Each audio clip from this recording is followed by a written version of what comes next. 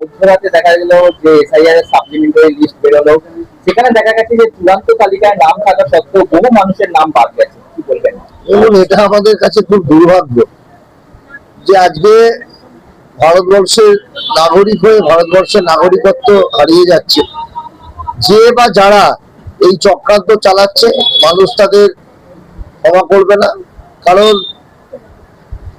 বৈধ ভোটার, যে বৈধ ভোটার যে এত বছর ধরে ভোট দিয়ে এলো, যে বিজেপি এই বৈধ ভোটার দিয়ে তাদের 70-এর উপর এমএলএ করলো, যে ভোটার দিয়ে লোকসভায় ক্ষমতায় এলো, তারা আজকে চক্রান্ত করে এই নাগরিকত্ব কেড়ে নিচ্ছে।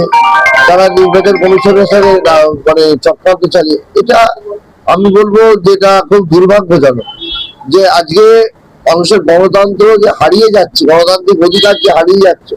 বা বিজেপি সরকার যদি বাংলায় ক্ষমতায় আসে, এখন তারা ক্ষমতায় না থেকে তারা এই ধরনের করছে, আর ক্ষমতায় এলে তারা কি করবে ভেবে। ইলেকশন কমিশনের লেটার হেডে দেখা যাচ্ছে যে বিজেপি সিম্বল, এটাকে কিভাবে দিচ্ছে? দেখুন, স্পষ্ট বলছি, বিজেপির কাছে টাকা আছে, বিজেপির কাছে ইডি আছে, বিজেপির কাছে সিবিআই আছে, বিজেপির কাছে ইসিআই আছে। এটা আমরা বলছি না, সারা ভারতবর্ষের মানুষ বলছে যে বিজেপি হলো একটা দুর্নীতির ওয়াশিং মেশিন। সারা ভারতবর্ষ জুড়ে যত বড় বড় দুর্নীতিবাজ লোক আছে, যাদের নামে ইডি সিবিআই হয়, তাদের আবার এই ওয়াশিং মেশিনে দিয়ে তাদের ওয়াশ করে তাদের পদ দিয়ে দেওয়া হয়, কারণকে মুখ্যমন্ত্রী করে দেওয়া হয়।